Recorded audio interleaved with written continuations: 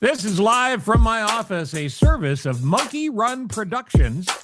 And for those of you on YouTube, the guy smiling will be introduced in just a second. If you're just listening, wherever you get your podcasts, just know that he's smiling. And he's one of my favorite people. More on him in a second. First, let's talk about me, because that's one of my favorite subjects.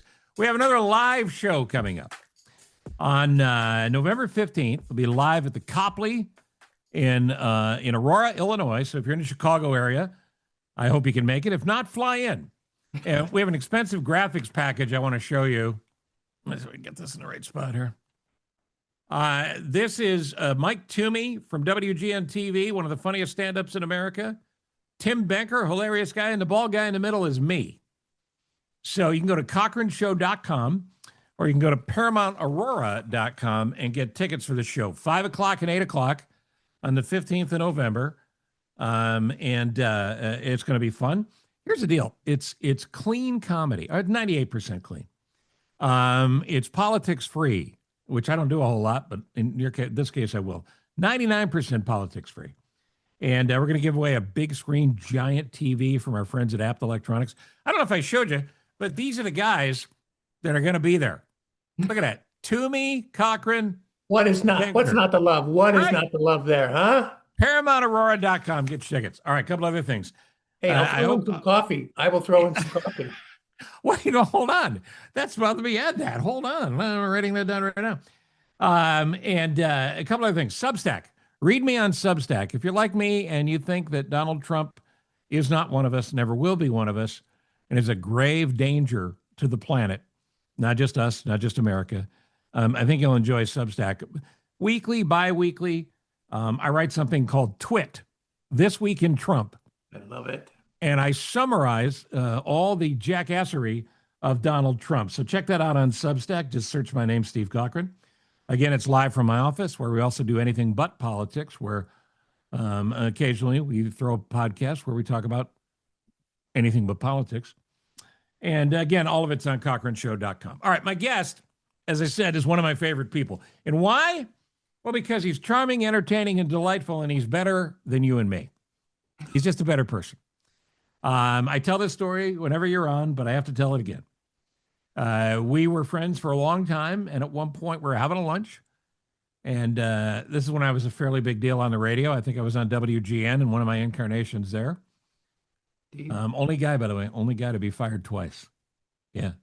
Yeah, twice from WGN, and both of them are Trump related. There's no time to tell that story. I was proud to be part of both of them, by the way. Yeah, which was good of you. So anyway, we are having lunch, and you had just come back from, well, there's a two-part story. They're both lunches. First, you tell me you're going to Afghanistan. And this is in the middle of the war. You're going to Afghanistan, and I said, buddy, you're in great shape, but I didn't know they took guys our age. And you ended up going over as a forensic accountant, which is what you are, with a partner to chase down where the money was being stolen and where it was ending up. And then secondly, you come back from Afghanistan after living in a storage unit in Afghanistan, and you were changed by that experience, which inspired you to start what's turned out to be the rest of your life's work. The guest is Mark Doyle, the CEO of Rags of Honor, Veteran Roasters, and the VR Cafe. We'll talk about all of those in just a second, too. But pick that story up where I just stopped talking, and that is the inspiration you felt to start. And by the way, this is the other punchline. I'm the one that told you it's a great idea. Don't do it. And you've saved lives ever since. The Rags of Honor inspiration. Tell me about it. Well, the genesis, as you mentioned, was spending a year on the ground in Afghanistan with men and women who are some on our drive team, some we just worked with. There were only about 5 civilians who were part of Task Force 2010. It was mostly my group of forensic accountants. But many of them were on their 3rd and 4th tour by the age of 28. And when I came back to Chicago in 2011, there were 2,000 homeless veterans just in Chicago. And people can sort of recreate where we were. We were 10 years into what ended up being 20 years and 2 wars. But it was about that midway point that you started to see the backlash from 2, 3, 4 tours: homelessness, drug addiction, divorce rate, and suicide rates. And in Chicago, there were 2,000 homeless. There were 300,000 homeless nationwide in 2012.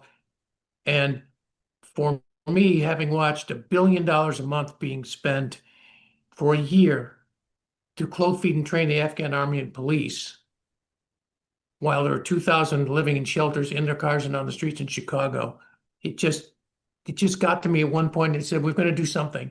And so what I decided to do was something that would have an easy barrier to entry: start a t-shirt company. Literally went to a West Side homeless shelter, sat down with 6 of them, hired the first 4, took the money that I made in Afghanistan. First 4 meaning homeless vets. Yep. 3 men and 1 woman. And I said, you start tomorrow on a payroll. I took the money that I made in Afghanistan, paid taxes on it, and used to this day every dime of it to build this company. And so we went on.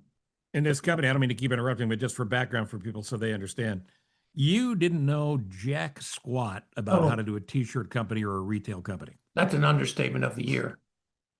Had no idea. In fact, when I decided, here's what we're going to do. We're going to start a t-shirt company and a silkscreen company. So I went to a silkscreen store where they sell all the supplies. True story. I went in and said, hey, my name's Mark.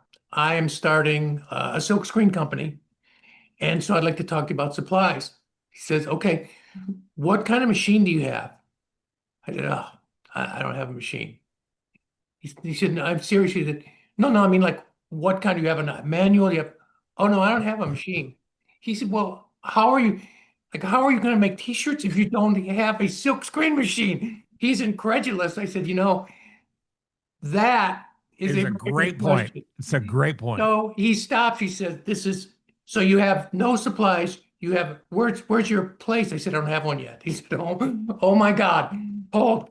So he is standby. He calls a guy who's a Marine veteran. Jose is his name. He said, Jose, there's a guy who's going to call you now. I got a guy. Just do me a favor and take his call. He said, and she said, we're done here. Call me after what Jose says to you. So I said, Jose, it's Mark Doyle. I'm starting this company.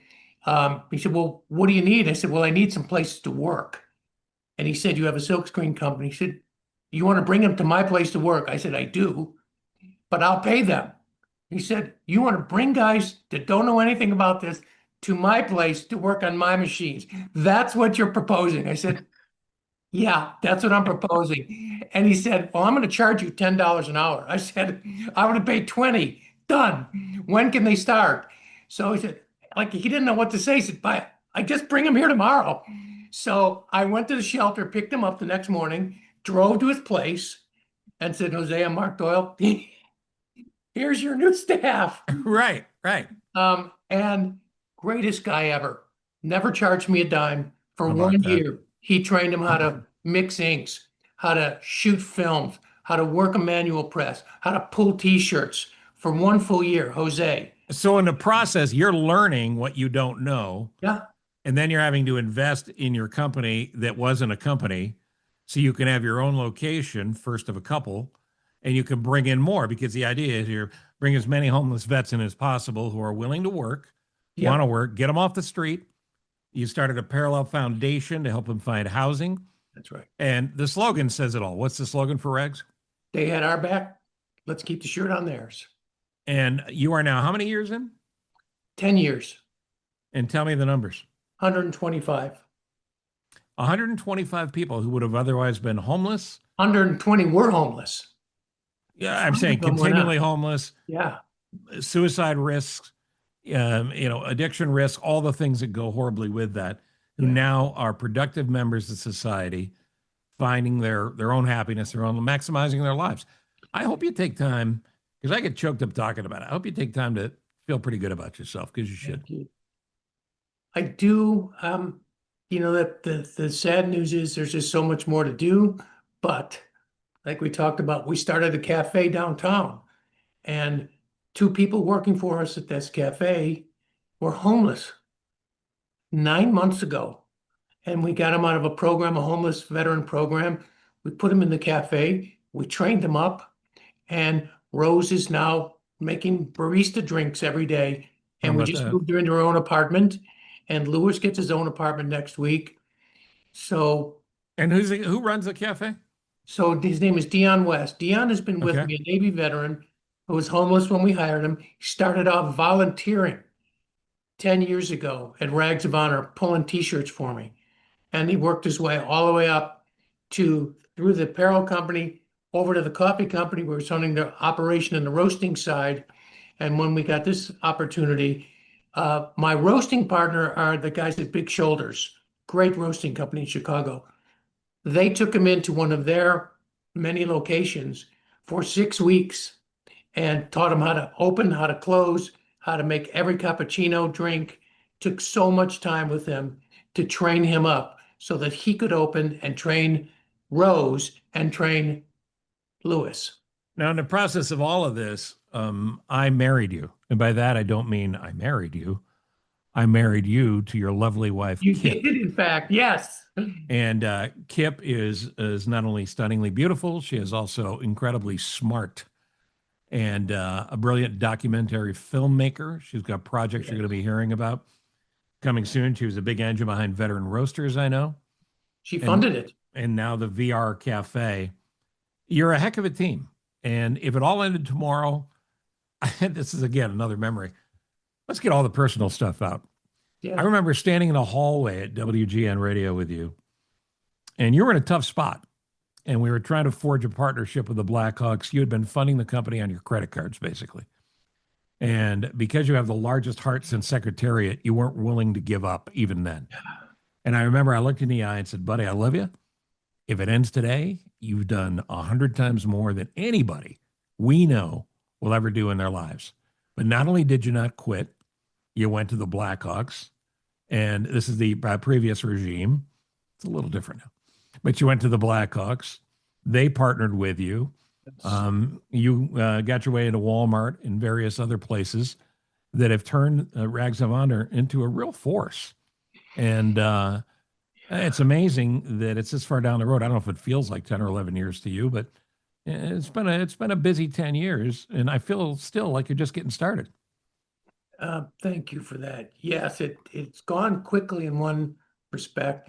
And we almost went out of business at one point before COVID. We had a partner that walked away from me, as you might remember, Uh-huh. just buried in debt.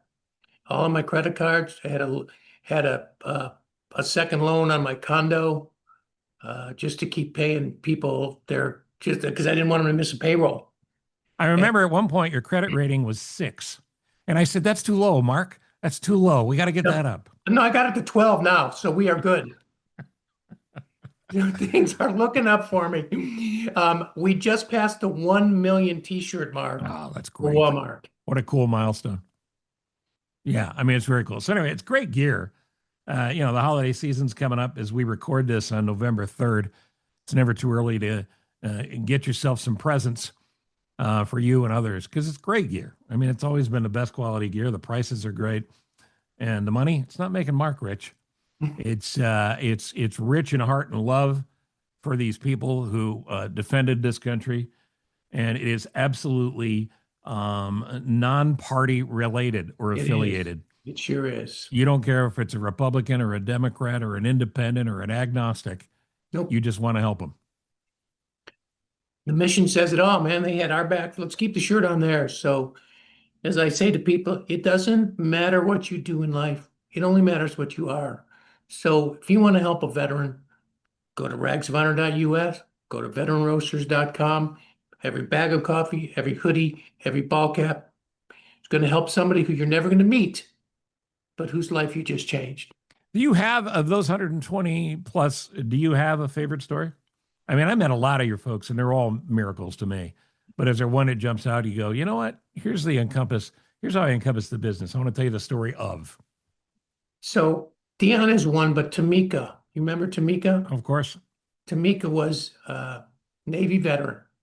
Tamika was assaulted in the military, dealt with it. She deployed to Afghanistan, came back, deployed to Iraq, came back, struggled, had three children, and she had post-traumatic stress. Living out of her car for a She period. reported it up. She was reported it up the chain, and it got batted back down. So she had to live with it. So she had a couple of sisters, and she tried to move in with them, but she was having nightmares and night tremors, and it was really bad for her. So they said, "We'll take the kids, but I mean, you got to go find your own place. We'll help you out there." So she took the kids, and they were young.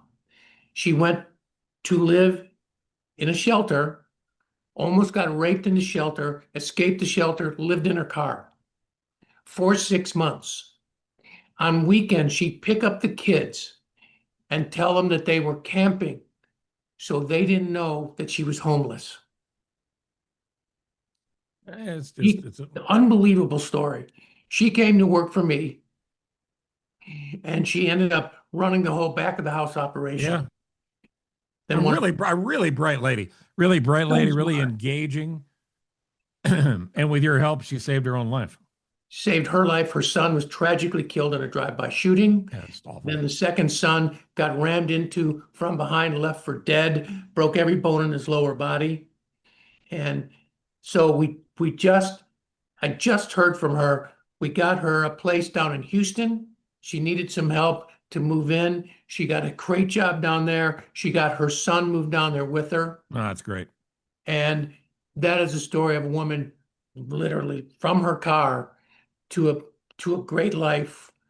And I had forgotten through the nonprofit that she had called me like a year ago and said, "Is there any way you could get me $1,000?" Totally forgot about it.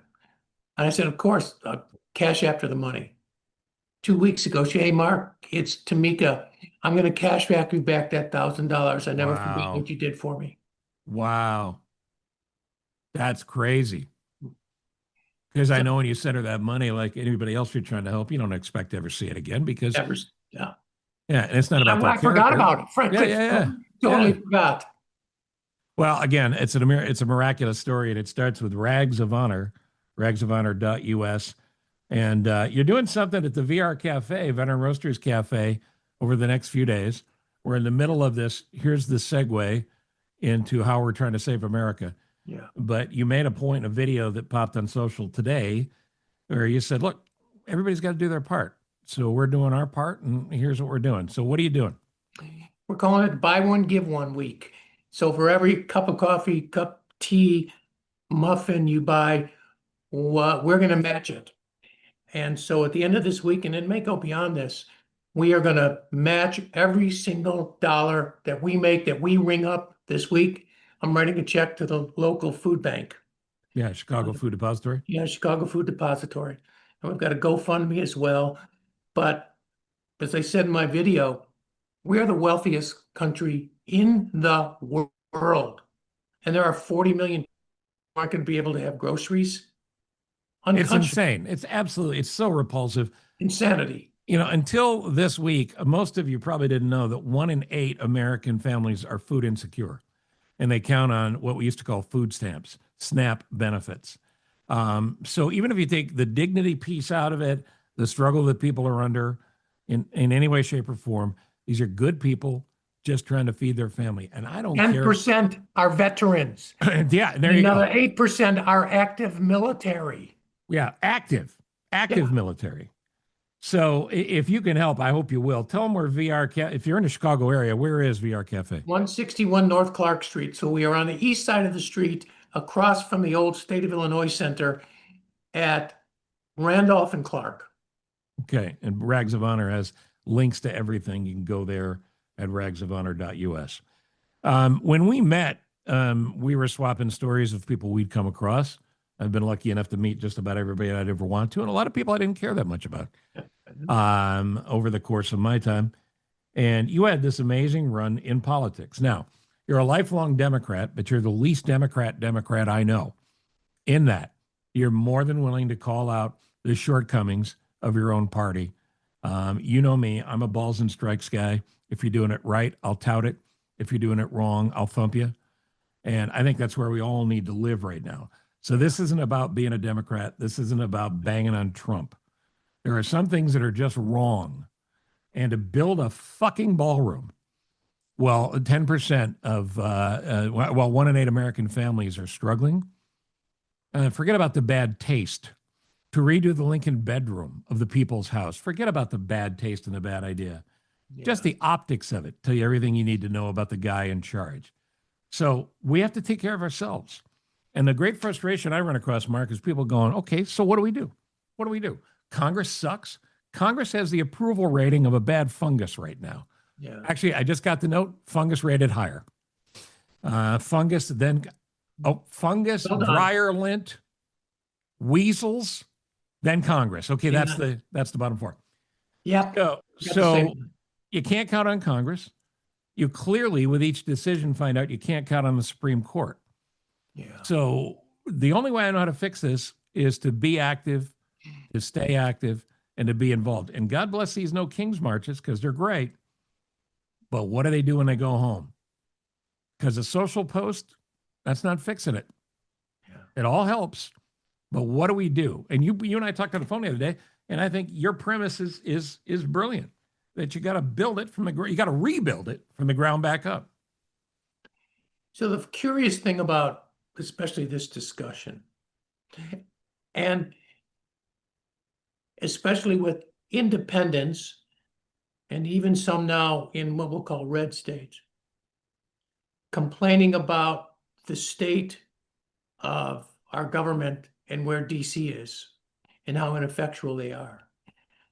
The curious thing about that is almost everything that the majority of people, especially in the middle, agree on is that there should be some help for prescription drugs because they were too expensive, especially if you had diabetes, like insulin was so darn expensive.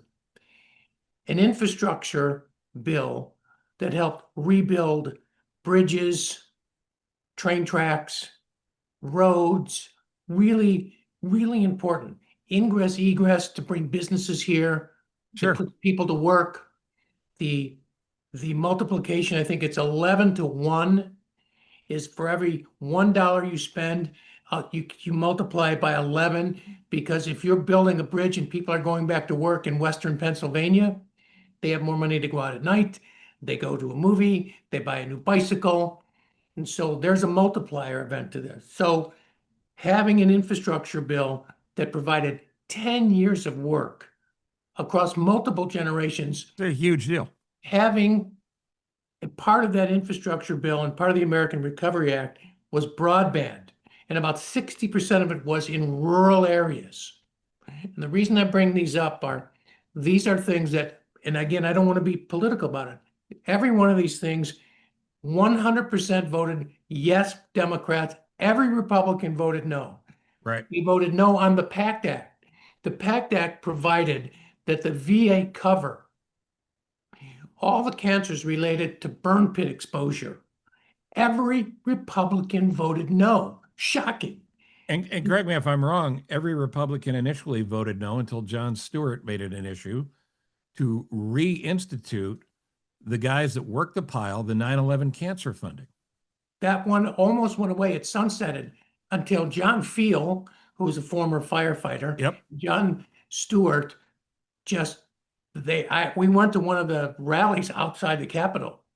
And so all that is to say is we are at a period now where the people in power quite literally voted against everything that would have helped middle America. Well, they're voting against decency. They're voting against humanity. And they don't care that they're hurting their own people. The stuff that you heard behind closed doors when you were working in the White House in the 90s and the 2000s out on the campaign trail, that was the stuff that wasn't said. Somebody might disagree with the sitting president at that time and they'd say it, but they wouldn't say it out loud. They're not saying it out loud. The polling can come back and say 75, 80% of America, 85, I haven't seen the latest numbers, said release the Epstein files. Yeah. Don't care. Don't care. All they care about is making sure they stay in office, get their 176 or 86,000. Plus, I think it's an average of about 2 million a year in expenses, along with all the extras you can drum up. That's what they care about. They care about their job. They don't care about you. The failing of the Democrats on this is not having a plan and not having any idea how to combat the dumbest president in the history of the United States, who has no conscience and no soul and is willing to hurt anybody he needs to, so he feels like it's another good day to be Donald Trump. So The the polling frustration. on this, yeah, the polling on this, we've done a lot of research over the last year. And when asked to describe the Democratic Party, weak and woke. And so what we saw was if legislatively, every single thing that Biden, literally every bill that Biden passed that got 100% Democratic votes, infrastructure bill, Chips and Science Act, which brought manufacturing back here, Yep. PACT Act, the bailout of the labor funds, all of it was designed for Main Street, not Wall Street. Right. Every single thing he did was designed to help Main Street, not Wall Street. That's not me saying it. That's a group of economists about midway through his term. Where the wheels came off for them is he refused to acknowledge, and he had people around him who wouldn't let him acknowledge that inflation was still too high, that prices were still too high, that even though our economy was better than anybody else in the world, eggs and bacon and milk was too expensive. And yes, we had a problem at the border. Acknowledge it. Yeah. Acknowledge it. Right. Here's something your listeners probably don't know. In Biden's first 2 years, he deported 250,000 illegals, more than Trump did. But what happened is they hung around their neck that they're for open borders, they only care about LGBTQ, and that became the through line. If you look where Democrats lost down the stretch, they lost about 6% with black women, 4 to 6% with Hispanic men, with black men, and a lot of it were on these social issues. The reason I bring all that up is one of the things Biden used to say is, don't tell me what your priorities are. Show me your budget. Show me your budget. And if you look at the budget of this current administration, it does not benefit the working class people. No. And so what do you do? Here's what you do. And here's Well, what first off, I want to just reiterate something you just said. There are two economies, and it never has been talked about enough. There's the real people economy and the Wall Street economy. Yeah. The Wall Street economy is crucial for business. It's crucial for running capitalism on all levels. But without, as you said, without Biden acknowledging the real people economy, and certainly Trump will never do it, you don't acknowledge the fact that people are going broke. And the Affordable Care Act is the big issue right now with getting the government reopened.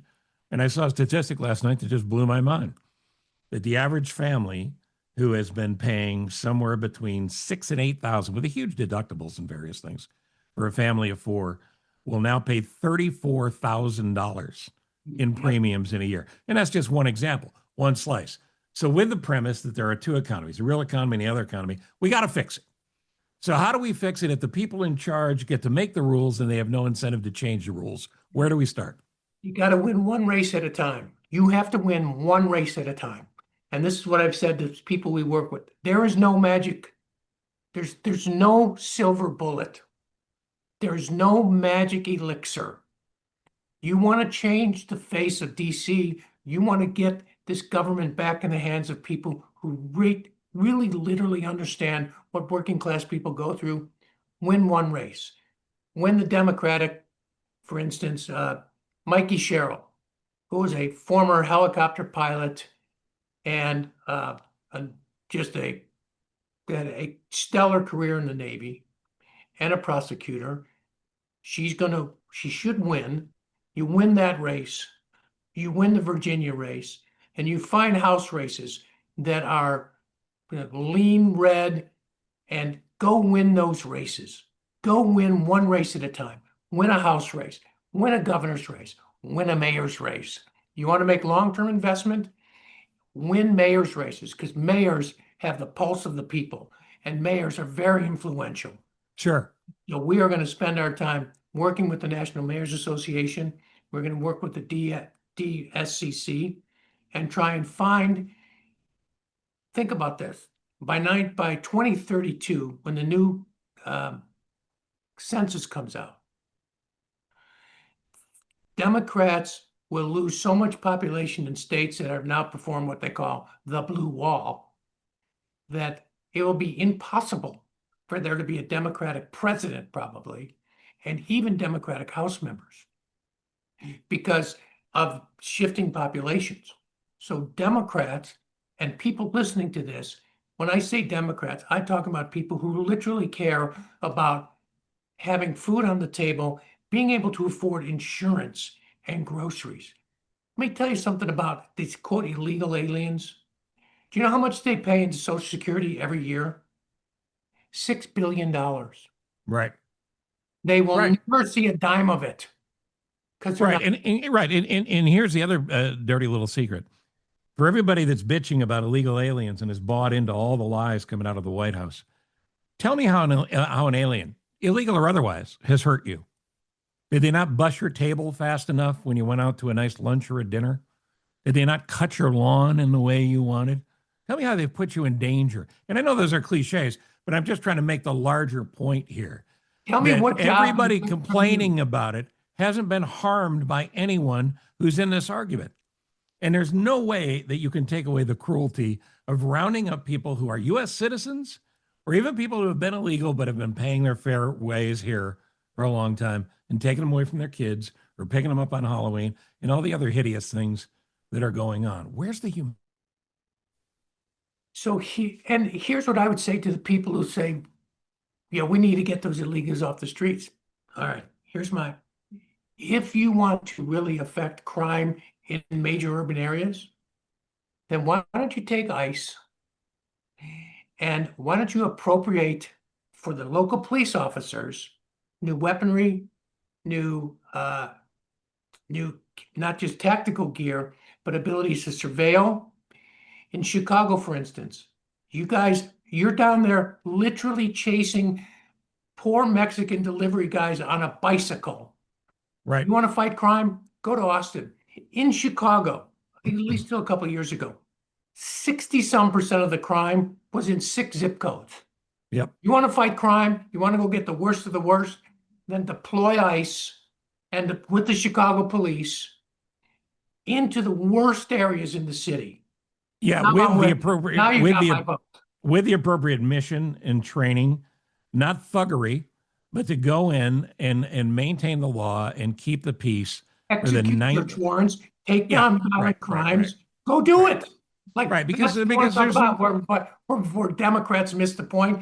Democrats ought to say, Mr. President, tomorrow morning, when you're putting your makeup on, say to yourself, look at why don't I really help these cities? And why don't I do what Biden did and what Clinton did 30 years ago? They passed the crime bill, which put 100,000 more cops on the streets. right. They drove down violent crime. They broke up the gangs. I agree. You think there's too many crime-ridden cities? I'm with you. Then why don't we go after the crime and leave all the bussers and the Landscapers and all the people landscapers busting their ass, the farmers. and delivery guys alone? Yeah, 100%. And the thing is, the far left and the far right are always the problem. They are never the solution. Right. And in the case of Chicago, which is somewhere in the low teens when it comes to a murder rate, for instance, even though statistical crime is hideous just talking about it. Everything you've heard about Chicago, if you're watching or listening to this outside of Chicago, isn't true. Isn't true. Yeah. That's why Chicago consistently gets rated at one of the greatest cities in the world, one of the greatest places to visit, one of the greatest places to live. Having said that, the police here, the hardworking, well-trained police, have been symbolically handcuffed by a far left push that if kids get stopped, they deserve a break. If a kid steals $999 and a walk into a Walgreens and leaves, that's a misdemeanor. And oh, by the way, the cops can't chase him.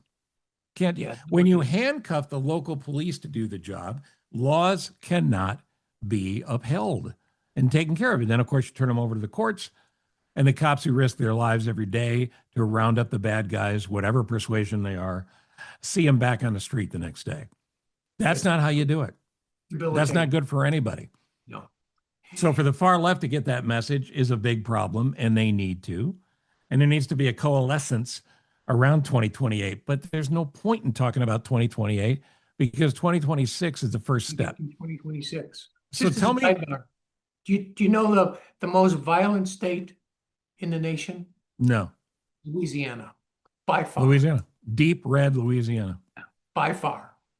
Yeah, there you go. St. Louis, which is in Missouri, which is very much a red state. St. Louis, huge crime problem. Memphis. Memphis, gigantic crime problem. And so it goes. Crime is not about party. Crime is about character and opportunity. And if somebody commits a crime, they need to face justice, legitimate justice. Full stop. That's Right. it. All right. So tell me from your experience in DC, if somebody says, well, you know, I called my congressman and they're not talking to me. I leave a message. I don't even know if they get it.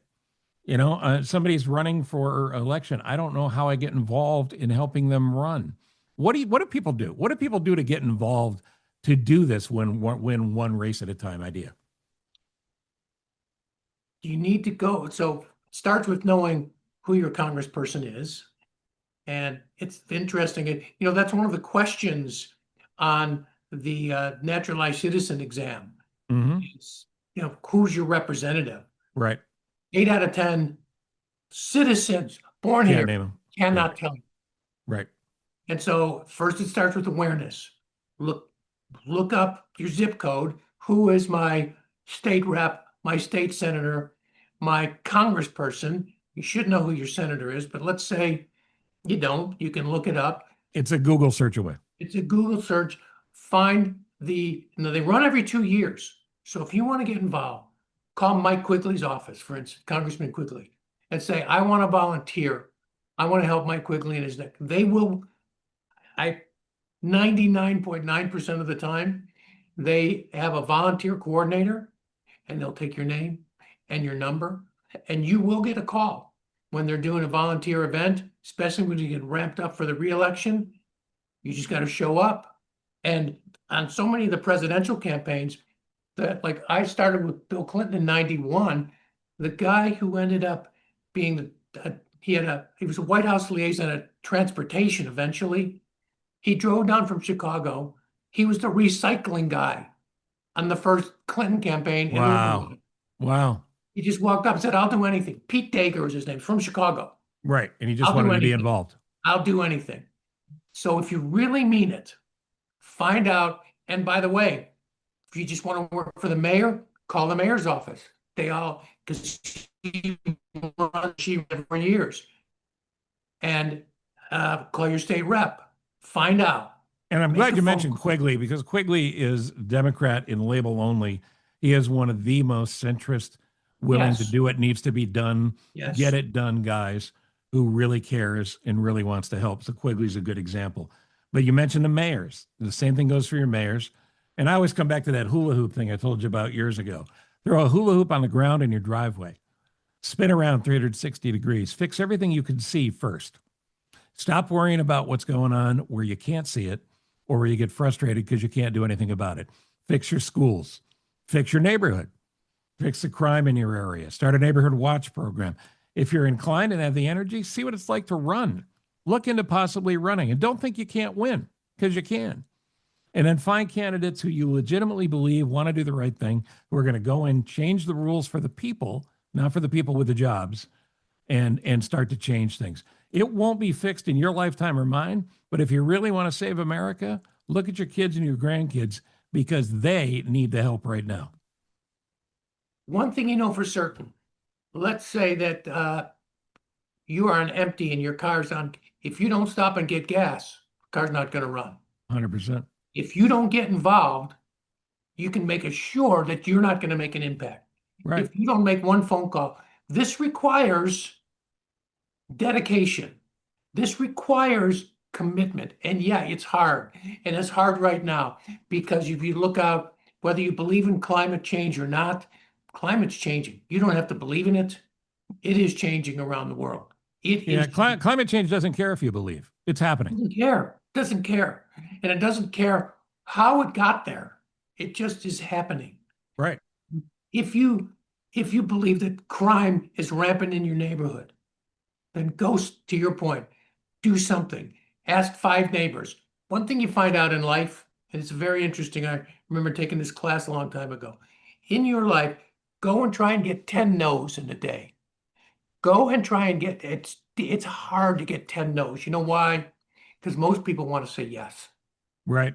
Most people Exactly right. want to say yes. So do the next right thing. You want to make a difference. Win where your feet are. Win every day where your feet are. And Right. then, right, make a difference where that is our guiding principle at Rags. You've heard me say it 100 times. Am I going to change the whole world? Nope. Am I changing the world around me? I think I am. And so you want to make a difference? Call somebody you can make a difference. Volunteer at a food bank. Volunteer at a shelter. Call the mayor's office. Call your state rep's office. Call your state senator's office. Go get involved and do be it of service. And do it for the people you love. Be of service. It's the only way we're going to turn this around. That's it. I mean, that's it. It's Mark Doyle. He's smarter than the rest of us. He's nicer than the rest of us. And he's still handsome, and he still has his hair, which, of course, I'm a little bitter about. Please, this week, go to 161 North Clark. If you're in Chicago or going to be here, go to the Veteran Roasters, the VR Cafe. Everything you spend there is going to be matched and contributed to the Chicago Food Bank. And if you're listening around the country, around the world, wherever your church or your local food banks are, please look into helping them. You also said you have a GoFundMe page? Fund me, yep. Just look up VR Cafe, I assume? Yeah. Just pull up No Kid Hungry. GoFundMe and pull up No Kid Hungry. Okay. And ragsofhonor.us for everything else? .org, yeah. Or .org. Yeah, that's for the nonprofit. So all that's tax deductible, ragsofhonor.org. So you'll see it when you go to the GoFundMe page. All right. And thank you for doing this again. And God bless you, man. My best to Kip. And you and I'll talk. I will. All right. This is the awkward part now where you wrap up a podcast and nobody quite knows how to hang up fast enough. I'm going to hang up now. Awkward. All right. Reach for the out. And reach for we are out. It's my friend Mark Doyle. And please support whatever he's doing. Thank you for listening. This is Live from My Office. Again, read me on Substack and also look for Anything But Politics and Live from My Office wherever you get your podcasts, including our YouTube channel. CochranShow.com has everything, including our show coming up on November the 15th, where these guys, Mike Toomey and Tim Benker, join me, Steve Cochran, on stage. Tickets at ParamountAurora.com or CochranShow.com. Get them now. Stand-up comedy. And at 5 and 8 o'clock on the 15th, that's just 2 days before my new left knee surgery. I'm getting a new left knee. Yeah, pretty sweet. Yeah, I had a new right knee put in about 4 or 5 years ago. It's great. Now I'm getting a new left knee because the older you get, shit wears out. And it's good because the right knee being new, that knee just wants to run. The left knee just wants to sit. So for the last 4 years, I've been just spinning in circles, and I get very dizzy. So when I get this new knee, just a couple of days later on the 17th, look out. Look out. If you're in traffic in 2026 and you see an old bald guy run by you really fast, it's probably me. Thank you, Ross Cochran, for producing Live from My Office. Thank you again to Mark Doyle and everybody in the Rags of Honor business. See you next time on Live from My Office. Thank you for listening to Live from My Office, a service of Monkey Run Productions. All rights reserved. The podcast is hosted by Steve Cochran, and it's mixed, edited, and produced by me, Ross Cochran. Steve is available for corporate speaking gigs. He would love to MC your event, and occasionally, he's funny. Thank you for listening. Head to CochranShow.com for more.